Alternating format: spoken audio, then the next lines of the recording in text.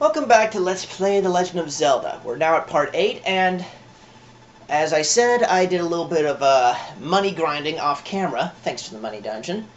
So now, with well over 160 rupees in my pocket, thanks to the ropes, we can now go on ahead. Just need to get one little thing before we go to the next dungeon, because we cannot pass the next dungeon without it. What is that thing, you may ask? Well, you'll see in a moment. So for right now, we're just gonna walk back through the woods. Keep moving, keep on moving. It's all the same stuff we've seen before, yada yada yada, blah blah blah. I know, I sound pretty bored right now, but I'm not really. Don't worry about it. I'm actually still kind of waking up a little. So forgive me if I sound a little groggy. Just going to keep walking this way.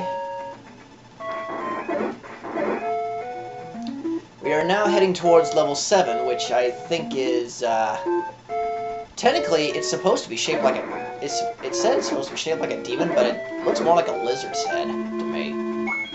But, maybe it's a lizard demon, I don't know. So we're going to head up this way. We're going to head back up to the blue ring shop that we encountered so long ago. And to the right is what we need, the enemy bait. This is what we need the 60 rupees for. As for the 100, well, that'll come later.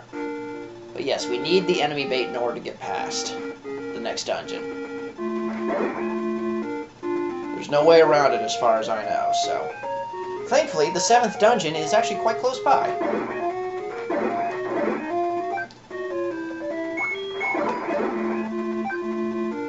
So, with that in mind, we just go over here and head up this way. That's a lake, but apparently nothing seems to be here. Not, well, at first glance, that is.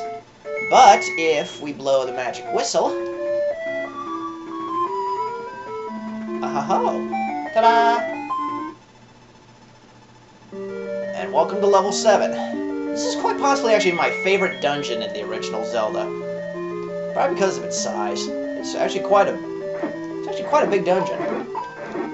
And it's filled to the brim with Garayas, both red and blue. Not to mention, it's also a bit of a... It's also kind of a... It also has quite a lot of mini-bosses, too. So, first thing we want to do is go through here, grab some bombs. You don't need to worry about these guys. This is what we need the 100 rupees for. Yeah, we can carry even more bombs now. A total of 16. Grand total of 16 at least. So, now with that out of the way, now we can go on ahead with the dungeon. Going this way. Still ignoring the Dodongos, poor things.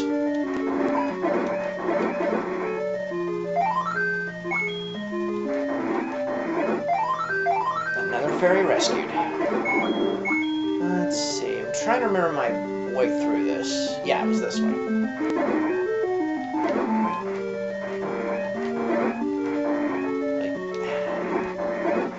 This dungeon's not too tough, it's pretty long though. But it also has a bit of a boss rush as well. There's a lot of dig doggers in this level. And unlike the one in level 5, these guys split up into 3 small ones, not just one. If you're not careful, that can get a little bit hectic. We're gonna bomb that wall, just for kicks. It's another Moldorm, who's as much of a pansy as ever. Get a key.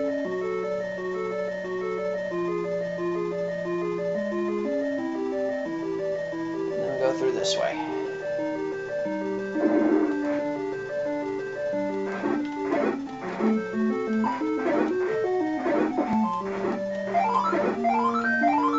Yay, another fairy. 5 rupees to boot.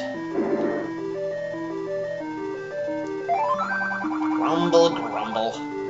Now the thing is, this is what we needed the enemy bait for. If you give it to this guy, he'll let us pass. Otherwise we can't. Seems kind of stupid. To get past an enemy, we have to feed him. Oh well, doesn't really make too much bad sense. Alright. And as you can clearly see, like I said, this place is huge.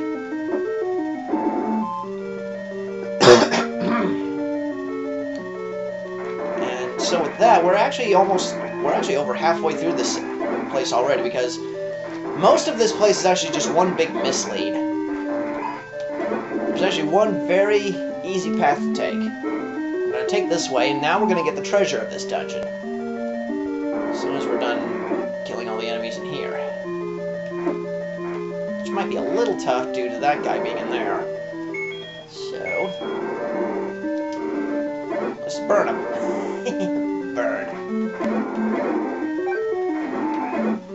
So after we defeat all the enemies in here, we push this down, go in here, and looky there, it's the red candle. Which replaces my blue candle. Now, unlike the blue candle, which I can only use once per screen, I can use the red candle as many times as I'd like per screen. And I can use it like twice in succession as well. Now, how do we get out of here? Simple, we just bomb the other wall.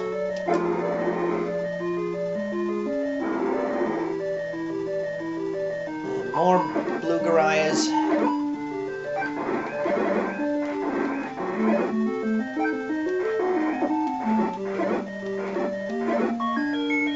Bombs, a rupee, and a locked door.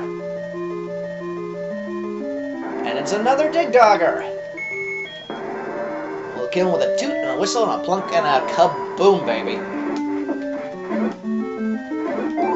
Too easy. And now it's 3 more Dodongos that, once again, we're gonna completely ignore. However, the next room... oh, jeez. More wall masters. And with bubbles, too. This is not a nice thing. No, no, no, no. I'm not going back to the beginning. You don't you dare bump me into those. As much as I want to get that stopwatch, that is not a good thing, actually. Because in order for me to open the secret passages, I had to defeat all the wall masters. And if I got the stopwatch, the wall masters would stop coming out of the wall, and thus preventing me from opening the passage. But, thankfully, we're almost at the boss now. Unfortunately, the boss is even more of a wimp than the Goma was in the last one. Probably because it's a recurring boss. But who could it possibly be? Why, it's our old friend Aquamanus. God, what a wuss. Oh man, seriously, couldn't they have come with a better boss for this dungeon? Seriously, this dungeon was a walk in the park. So with that, that's 7 pieces down, 1 more to go. So I'll pause here and we'll see you in the next video.